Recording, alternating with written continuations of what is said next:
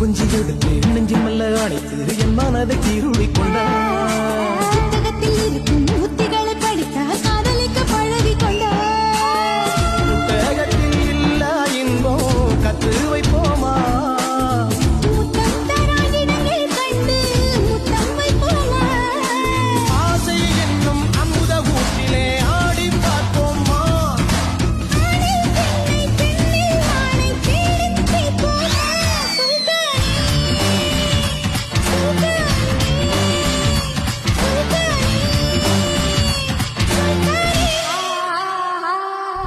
தொட்டு தொட்டு பேசும் சுல்தானா,